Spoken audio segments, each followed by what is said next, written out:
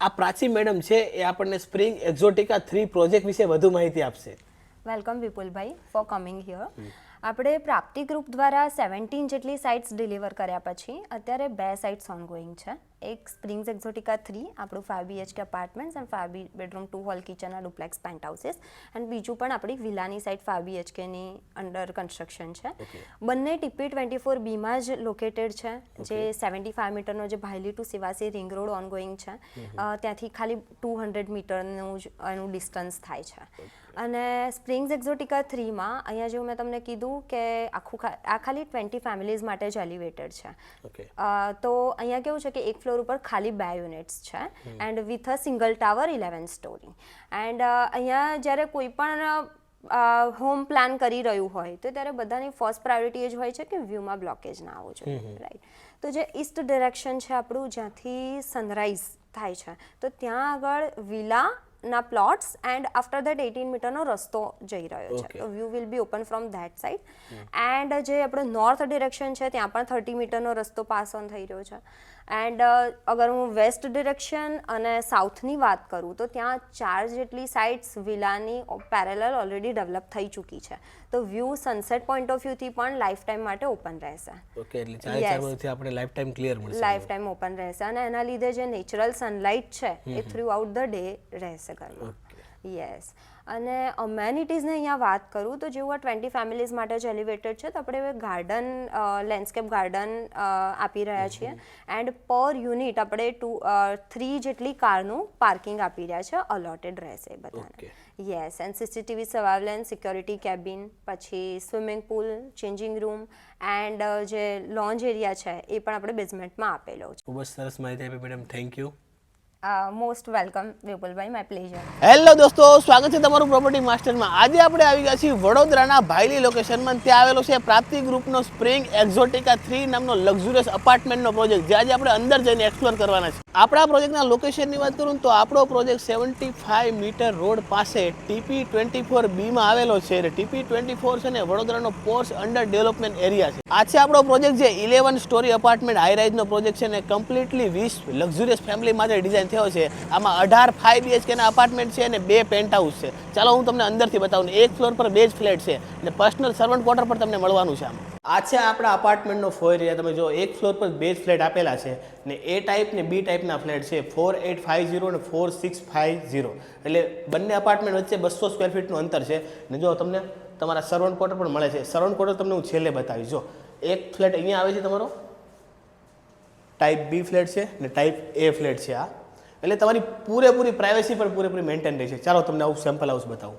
આપણા બંને અપાર્ટમેન્ટ છે ટાઈપ A અપાર્ટમેન્ટ ને ટાઈપ B અપાર્ટમેન્ટ. એ બંનેની એન્ટ્રી છે ને આપણને અકોર્ડિંગ ટુ વાસ્તુ આપેલી છે, ઈસ્ટ વેસ્ટની એન્ટ્રી આપેલી છે. ને આ છે આપણો ટાઈપ B અપાર્ટમેન્ટ, જે 4850 સ્ક્વેર ફીટનો છે. ચાલો આપણે અંદર જઈને એક્સપ્લોર કરીએ. જો અંદર એન્ટ્રી કરતાં તમારી એઝ પર વાસ્તુ એન્ટ્રી રહેશે. આ છે તમારા લક્ઝુરિયસ અપાર્ટમેન્ટનો ફ્લોર એરિયા. તમે જો ખૂબ જ મોટો ફ્લોર એરિયા આપેલો છે. ને જો આમાં આફ્ટર POP કરેલું છે ને તોય તમને નેટ 11 ફૂટની ક્લિયર હાઇટ મળે છે. જો એટલે તમારા ફર્નિચર કરવું હોય ને તો તમને સારી એવી ફર્નિચર કરવા મળશે. આ ફોયર પર એ રીતે ડિઝાઇન કર્યો છે ને કે એટલે તમારી પૂરેપૂરી પ્રાઇવેસી મેન્ટેન રહી છે.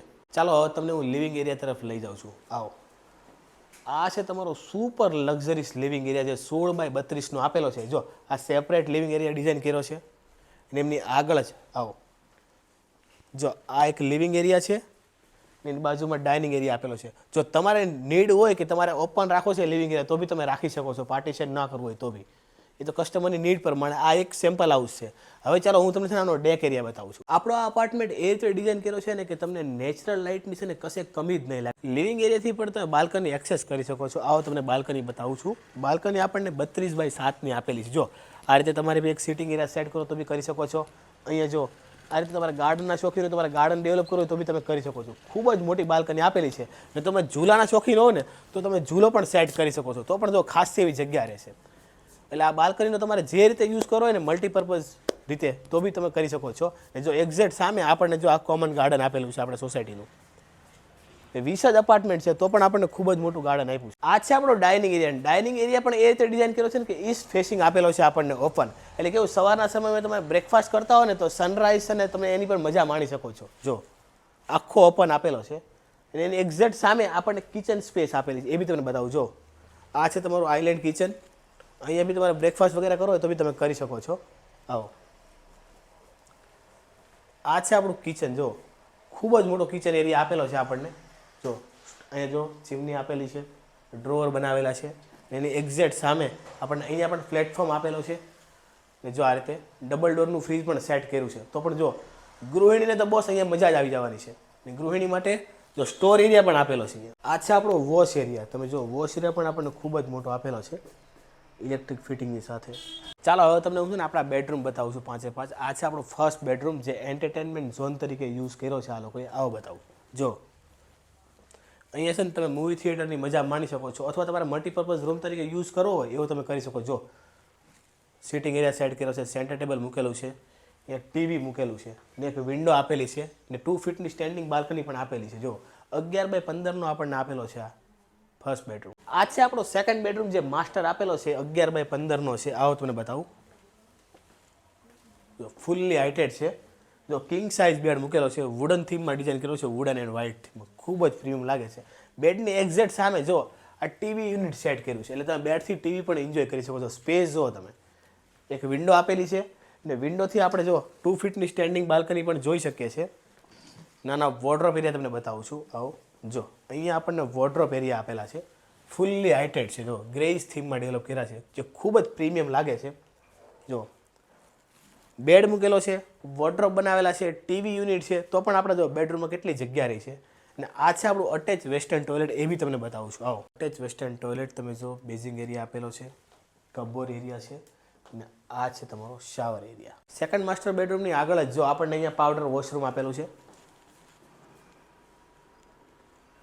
ને આ છે તમારો થર્ડ બેડરૂમ, એ પણ આપણને માસ્ટર આપેલો છે, 12x15 નો છે. આવો બતાવું.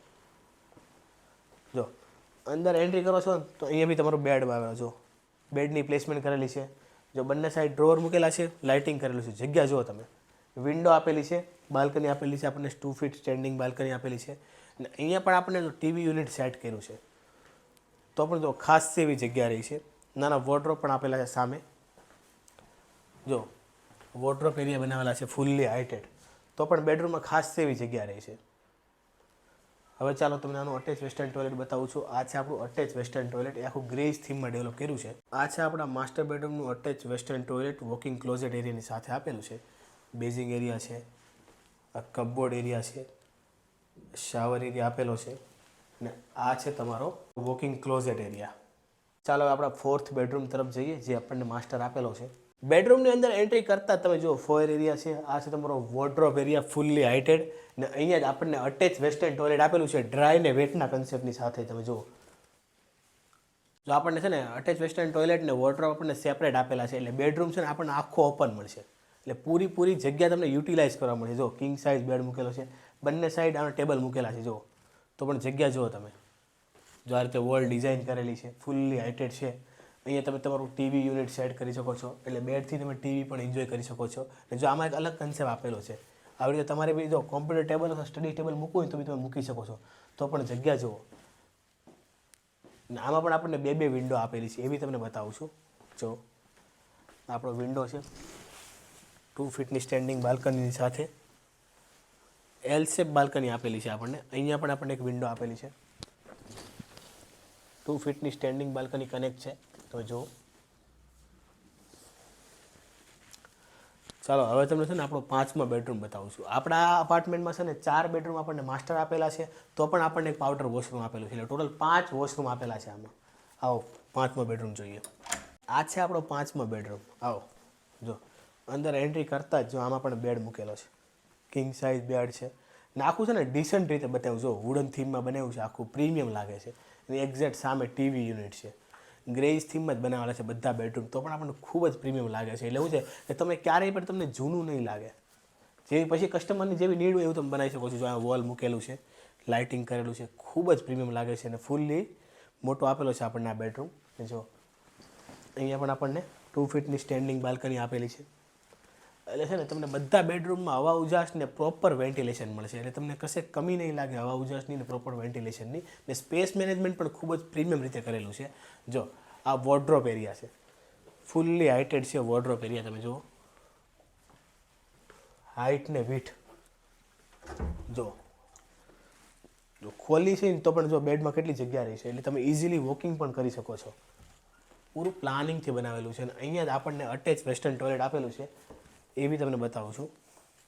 જો સ્પેસ જો તમે આપણું અટેચ વેસ્ટર્ન ટોયલેટ છે ને એ પણ આપણને વોકિંગ ક્લોઝેટ એરિયાની સાથે આપેલું છે. બહાર તો આપણને જો વોર્ડરોબની જગ્યા આપેલી છે, અંદર પણ આપણને વોકિંગ ક્લોઝેટ એરિયાની જગ્યા આપેલી છે અને ડ્રાય ને વેટના કન્સેપ્ટમાં ડિઝાઇન કરેલું છે. આ છે તમારો સર્વન્ટ ક્વાર્ટર, એ બી તમને બતાવું છું. આવો જો સર્વન્ટ ક્વાર્ટર પણ આપણને જો ખૂબ જ મોટો આપેલો છે અટેચ ટોયલેટ બાથરૂમની સાથે.